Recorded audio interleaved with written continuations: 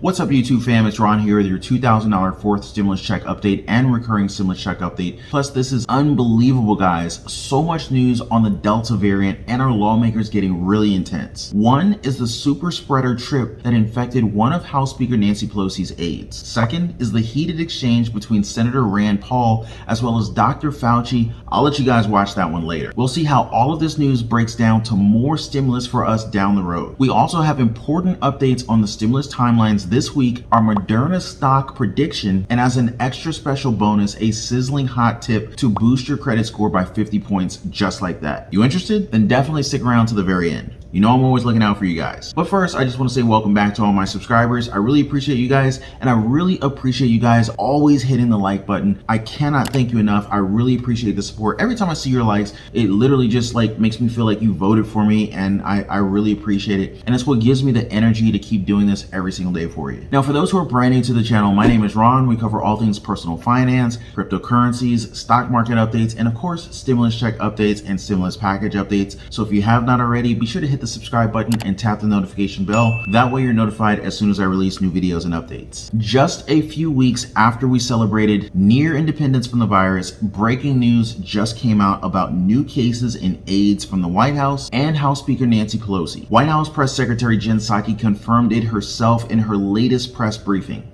An aide to Speaker Pelosi tested positive for COVID after having contact with the Texas delegation that's been around. Can you confirm that a White House official has also tested positive? And I'm wondering, what does that mean for the prospects of the Texas delegation being able to sit down with the president at some point at the White House? Sure. Well, first, let me confirm that yesterday a fully vaccinated White House official tested positive for COVID-19 off campus. In accordance with our rigorous COVID-19 protocols, the official remains off campus as they wait for a confirmatory PCR test. The White House Medical Unit has conducted contact tracing interviews and determined no close contacts among White House principals or staff or the president. The individual has mild symptoms. We know that there will be breakthrough cases, but as this instance shows, cases in vaccinated individuals are typically mild.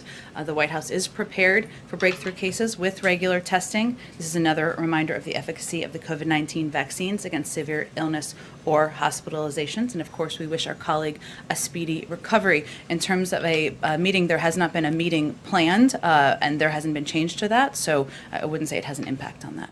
A White House staffer and a senior communications aide to House Speaker Nancy Pelosi tested positive after coming into contact with lawmakers from Texas last week. Now Republicans are just slamming these people and calling the whole thing a super spreader trip. Apparently, these lawmakers chose to escape Texas to stop the passing of a controversial voting rights bill that would prevent officials from sending unsolicited absentee ballot applications, require applicants to write their driver's license number or the last four digits of their social security number on applications, ban voting stations from remaining open for 24 hours, ban drive-through voting, state that partisan poll watchers are allowed to stand near election workers at polls. As a result of that trip, at least 6 of the lawmakers tested positive for the virus. Good to know, though, is that they're only expecting mild symptoms thanks to the vaccine. Still, Republicans are having a field day and just really rubbing it in that their trip became this super spreader event. Representative Thomas Massey tweeted, "How many infections qualifies as a hashtag super spreader, and at what point do we call this the hashtag Texas variant?" 6 of the Democrats who traveled from Texas and 2 of the staff they met in DC are now infected. I'd love to hear from you guys. Also, have you heard about this one? In other COVID-related news, Senator Rand Paul as well as Dr. Fauci, they got into it again during a hearing Tuesday about the origins of COVID. I'll let you guys watch it for yourself. Dr. Fauci, knowing that it is a crime to lie to Congress, do you wish to retract your statement of May 11th where you claimed that the NIH never funded gain-of-function research in Wuhan? Senator Paul, I have never lied before the Congress, and I do not retract that statement. This paper that you are referring to was judged by qualified staff up and down the chain as not being gain of function. So let me finish. You take an animal virus and you increase its transmissibility to humans, right. You're saying that's not gain of function? Yeah, that is correct. And Senator Paul, you do not know what you are talking about, quite frankly. And I want to say that officially. You do not know what you are talking about.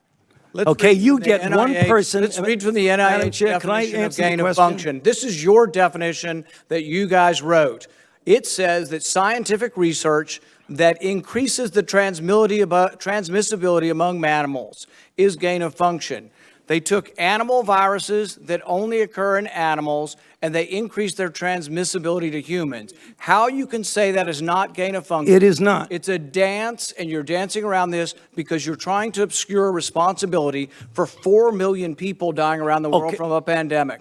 And let's let Dr. Fauci. I have to, well, now you're getting into something. If the point that you are making is that the grant that was funded as a sub-award from EcoHealth to Wuhan created SARS-CoV-2, that's where you are getting. Let me finish. We don't know. Well, we don't wait know a minute. if it did I come can- from the lab, but all the evidence is pointing that it came from the lab, and there will be responsibility for those who funded the lab, including yourself. I totally This committee resent, will allow the witness to respond. I totally resent the lie that you are now propagating, Senator, because if you look at the viruses that were used in the experiments, that were given in the annual reports, that were published in the literature, it is molecularly impossible. No one's saying those It viruses is- caused it. it No is one is alleging that molecularly- those viruses caused the pandemic. What we're alleging is that gain-of-function research was going on in that lab, and NIH funded it. That You is can't not- get away from it. It meets your definition, and you are obfuscating the truth. I'm Senator not Paul, your- obfuscating the truth. Senator You are the Paul's one. time is expired, but I will allow the witness to. Let me just finish. I want everyone to understand that if you look at those viruses, and that's judged by qualified virologists and evolutionary biologists, those viruses are molecularly impossible No one's to saying result they are. No in one's saying those viruses SARS-CoV-2. caused the pandemic. Senator Paul, We're saying they are gain-of-function viruses because they were they're not. animal viruses that became more transmissible in human, and you funded it. And won't you, admit the truth. and you Senator implying, Paul, your time has expired, and I will allow witnesses who come before this committee to respond. Dr. and you are implying that what we did was responsible for the deaths of individual. I totally resent could that. have And been. if anybody And it could is have been. lying here, Senator, it is you. It seems like the same story from Senator Paul. The NIH under Dr. Fauci supposedly funded research that ultimately led to the creation of the COVID-19 virus. This is really getting crazy here. The most intense parts was when Paul said that Fauci was trying to obscure responsibility for 4 million people dying around the world from a pandemic. To that, Dr. Fauci said, "I totally resent the lie that you are now propagating, Senator. If you look at the viruses that were used in the experiments that were given in the annual reports that were published in the literature, it is molecularly impossible." Remember, guys, President Biden set up a 90-day push to find answers to the source of the global pandemic. And now, halfway through this whole investigation period, the intelligence community is still divided over whether the virus leaked from the Wuhan lab or, jumped naturally from animals to humans in the wild. I'll definitely keep you guys posted right here on this one on this channel. Don't miss out on my future updates. Be sure to hit the subscribe button and ring that notification bell for us. Where are we going with all of this news about the coronavirus? More stimulus, of course. There's been a growing push to extend the pandemic unemployment assistance because of the rise of COVID-19's Delta variant cases. We know that the Delta variant is definitely more contagious than the previous versions of the coronavirus. Now, according to the CDC, 58% of the US COVID-19 cases have stemmed from the Delta variant in recent days, and the numbers even higher in some regions. If the worst were to happen and another outbreak spreads, we may go back to the way things were. Mask mandates, capacity limits at businesses, and even the shuttering of bars, nightclubs, and other crowded places. The whole idea of us getting back to normal, all that could be taken away real quickly. Then we would pretty much be going back to square one with jobs going away again. That could mean an extension of the pandemic unemployment assistance beyond September, and even unemployment benefits coming back to states that ended it early. Another variable is children under the age of 12 who are not eligible to receive a coronavirus vaccine. If school outbreaks start, districts may revert to remote learning. That could in turn force more people to step away from their jobs and cover childcare, potentially leading to more evictions. I mean, it's a real big domino effect here. One economist even said it's certainly possible we could have another round of economic contraction in certain areas if there's an outbreak, and the unemployment system won't be there for them in the way it's been over the past year. Another one said we should be thinking more about these what ifs than we are right now. I think most of our economic policy has been predicated on a status quo of the pandemic. Pandemic economics is not necessarily over. So what are you guys thinking about this one? Are you guys hearing about this, potentially, locking things back down again, restoring of the mask mandates and so forth, perhaps reinstating remote learning for children? I'd love to hear from you guys. Where do you guys think that we're headed? Maybe you guys are getting local news that I'm not yet aware of. Now, I do want to note that,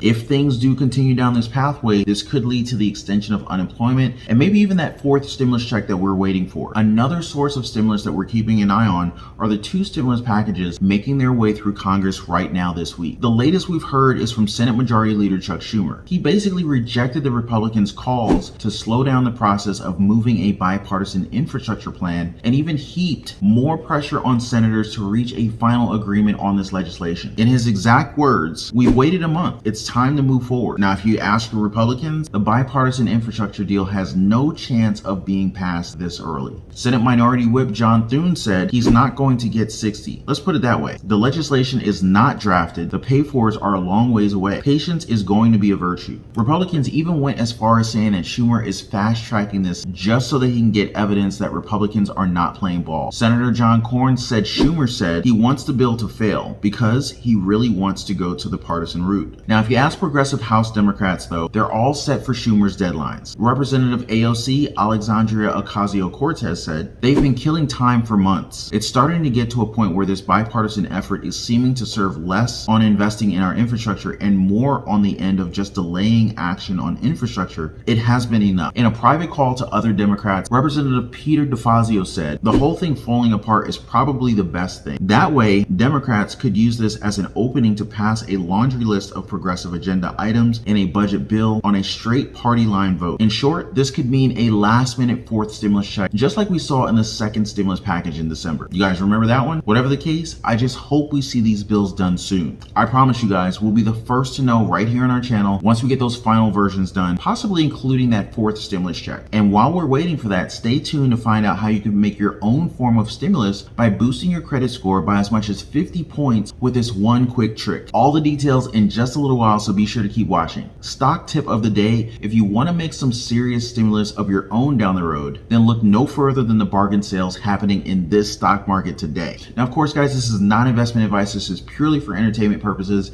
and I just love sharing information that I do come across with my community. It's in quite a bit of a slump recently as the COVID Delta variant is getting people nervous and they're pulling out their investments. Now, for those who want to invest in the long term, this may actually be one of those great times to buy the dip, as they say. One exciting stock is definitely Moderna, ticker symbol mRNA. Now, while the rest are just downright failing, Moderna just keeps on getting better and is set to breach the S&P 500 list this week. One analyst said that people are seeing Moderna as the Tesla of biotech. Let's look at where they were just a year ago. From $80 to $307 in just 1 year. That's amazing, guys. That's just like if your $1,200 first stimulus check just became $3,360 just like that. I told you guys, you could make your own stimulus if you do your stock market homework and invest in the long-term growth. Let me help you out with that. Watch out for our stock market video coming very soon. From there, I'm going to give you guys the hottest stocks right now to get you started. Sound pretty good? For now, let's talk about what you could do in the here and now to boost that credit score of yours. 2 words: credit utilization. This is the percentage of your line of credit that you're using. So for example,